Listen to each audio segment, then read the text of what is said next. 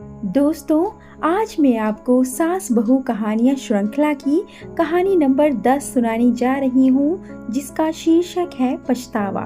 तो चलिए कहानी की शुरुआत करते हैं, पर कहानी सुनने के पहले कृपया वीडियो को लाइक, शेयर और चैनल को सब्सक्राइब करना ना भूलें। आज बरसी थी मम्मी की। ललित उदास बैठे थे।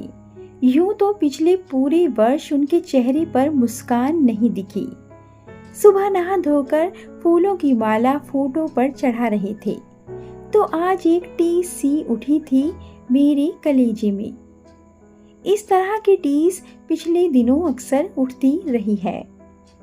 मम्मी के रहते मैं कभी नहीं जान पाई कि उनकी शख्सियत इस घर के लिए कितनी अहम थी। चारों तरफ सूनापन पसर गया है, सन्नाटा सा। वे अलग थी, बिल्कुल अलग। तभी तो नहीं समझ पाया कोई उन्हें। वह खुद भी कहाँ कदर कर पाई उनकी भावनाओं की। उसे हर वक्त वे जो कहती या करती, उसमें सच्चाई कम और खोखले आदर्शवाद का भ्रम ज्यादा बना रहा। कितना गलत सोचती थी वह। याद है मुझे वह पहली मुलाकात। वे अपने इकलौते बेटे के लिए देखने आई थी मुझे। बड़े ध्यान से देख रही थी। जो कुछ उन्होंने मुझसे पूछा, अमूमन बेटे की माएँ वह सब नहीं पूछा करती। चूंकि मेरे पापा डॉक्टर हैं, उनका पहला प्रश्न था, तुम डॉक्टरी के प्रोफेशन को किस रूप में लेती हो? पिछले वर्ष की 2-3 राष्ट्रीय स्तर की घटनाएं क्या थीं? खाली वक्त में क्या करना चाहोगी? माँ ने कहा पढ़ना, तो बोली कैसी पुस्तकें, कौन सी पत्रिकाएं? सगाई होने के बाद आई तो उन्होंने एकांत में बात करने की इच्छा जाहिर की। मैं बिल्कुल घबरा गई। न जाने उस वक्त अच्छा लगा था। मेरे प्रति प्यार का अथाह सागर हरहरा रहा था उनकी आंखों में।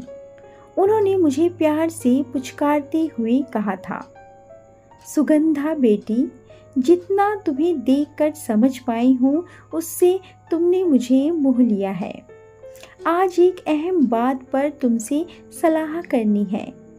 देखो, यह तो नहीं कहती कि हमारे पास दौलत के खजाने हैं, मगर तुम्हें कभी कोई अभाव नहीं रहेगा।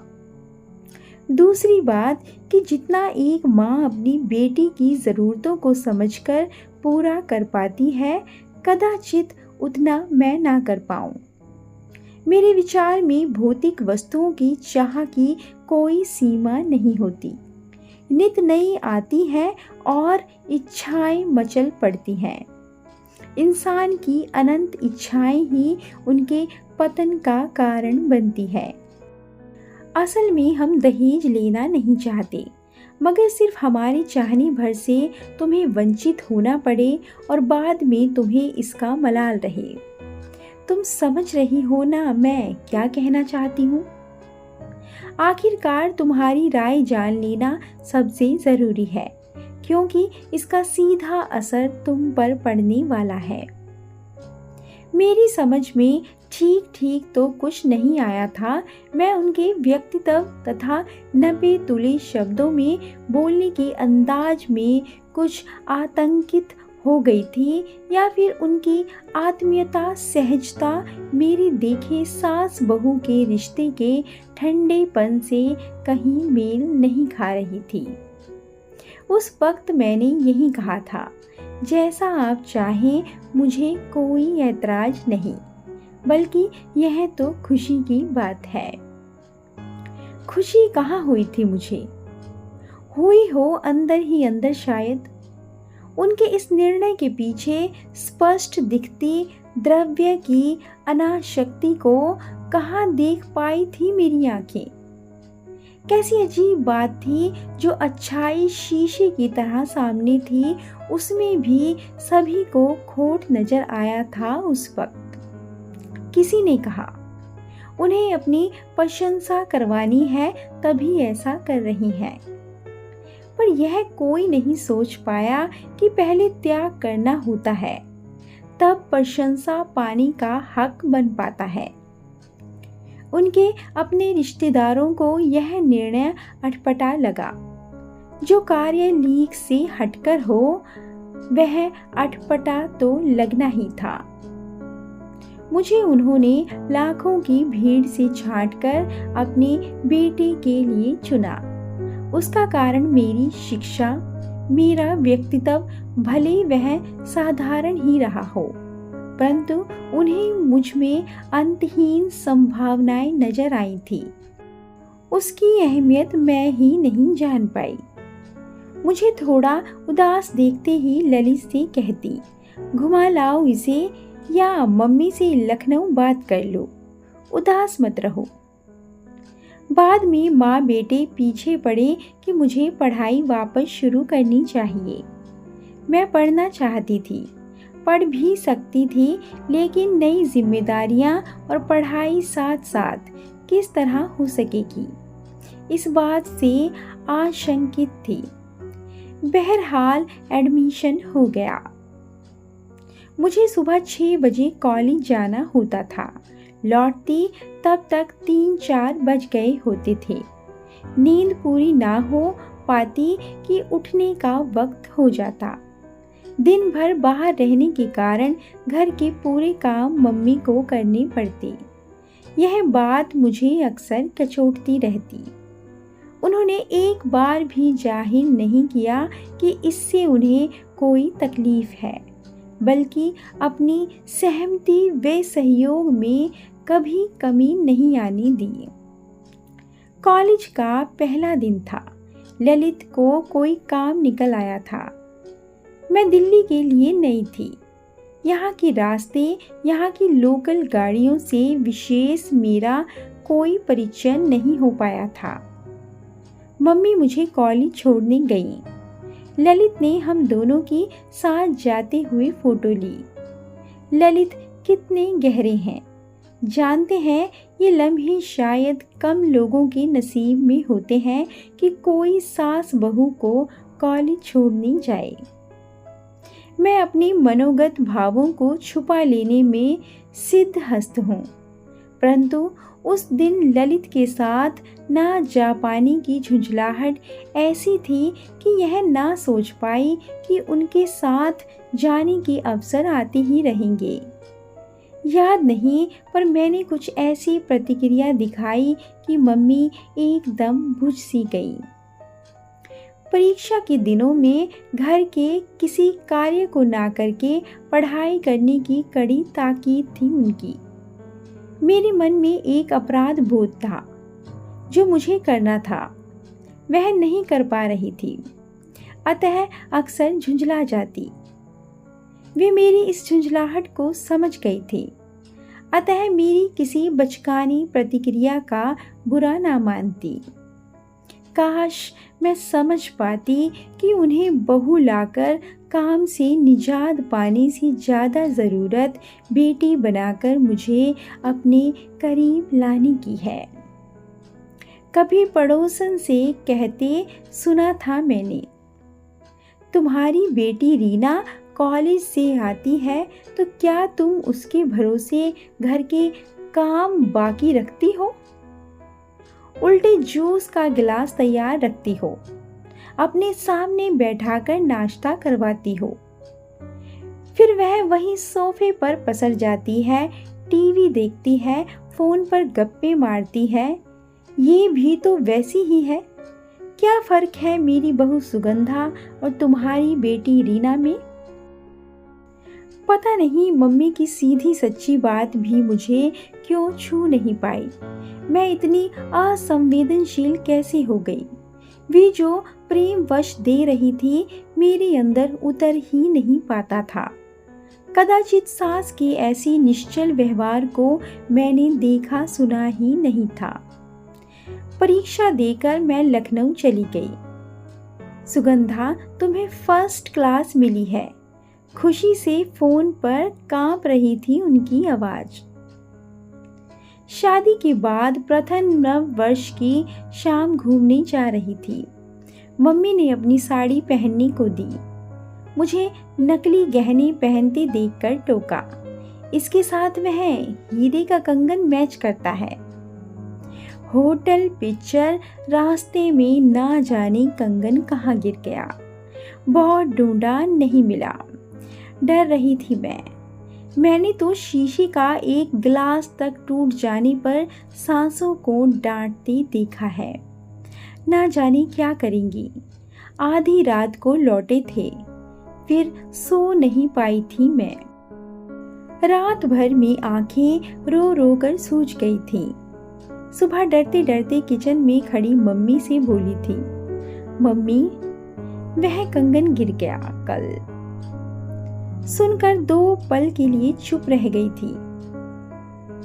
फिर मेरे उतरे चेहरे पे सूजी आंखों पर नजर डालकर ठहरे हुए शब्दों में बोली थी, जो गिर गया वह वापस आने से रहा, मन खराब करने से क्या फायदा। उनकी बात सुनकर मेरी जान में जान आ गई थी। इस वाक्य के पीछे छिपी उनकी उदारता को आंक पाने का सामर्थ्य मेरे पास नहीं था। पिछले दिनों वे अस्वस्थ चल रही थी, कभी बुखार, दर्द, सर्दी। ललित के अड़ जाने पर डॉक्टर को दिखाती, वरना यूं ही चलता रहता।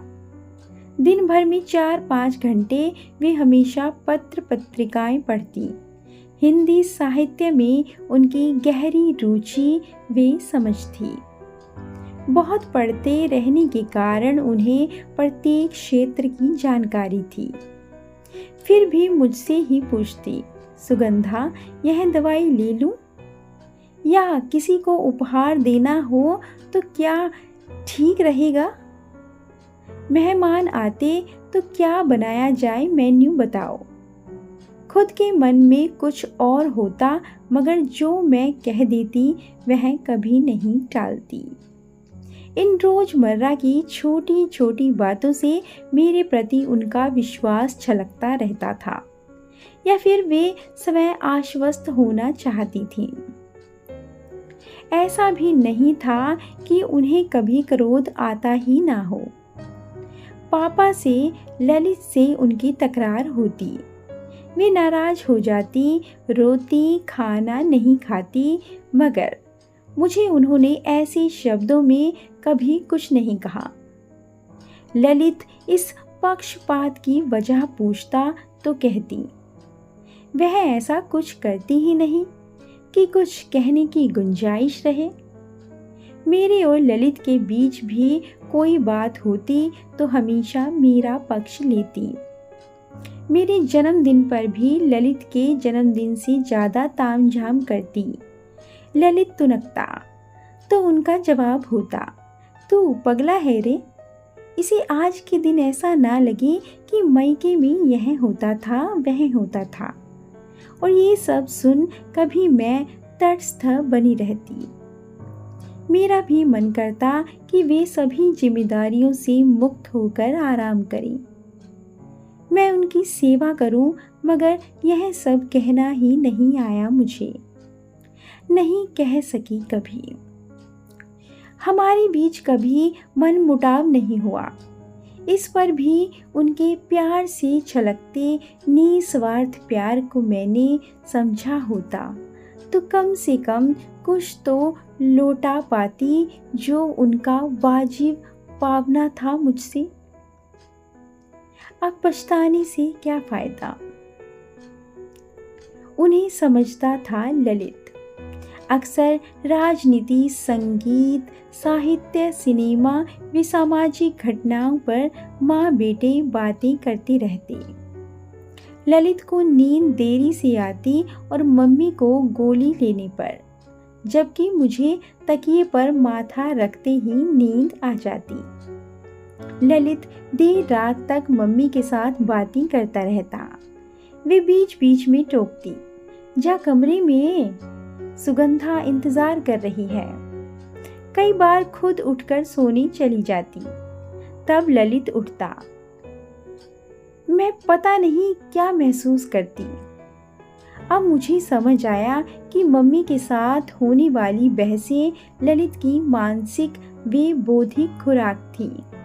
मम्मी कितना चाहती थी कि मैं भी साथ बैठूं और पूरी स्वतंत्रता के साथ अपने विचार रखूं, पर मैं नहीं बन पाई उनकी गोष्ठी की सदस्य। तभी ललित साल भर से अनमने है, बिल्कुल चुप से। माँ का चला जाना असहनीय तो है ही, साथ ही वे लंबी बहसें, मतभेद और पूरी संजीदगी से अपने पक्ष को स्पष्ट कर पाने वे सुन लेने वाला अब कोई नहीं है। कोई ऐसा भी नहीं कि क्रोध से उबलते ललित को दोगुने क्रोध से दपटकर शांत कर दे। माँ बेटे के लाख चाहने पर भी उनकी बातों में मैं रस नहीं ले पाई।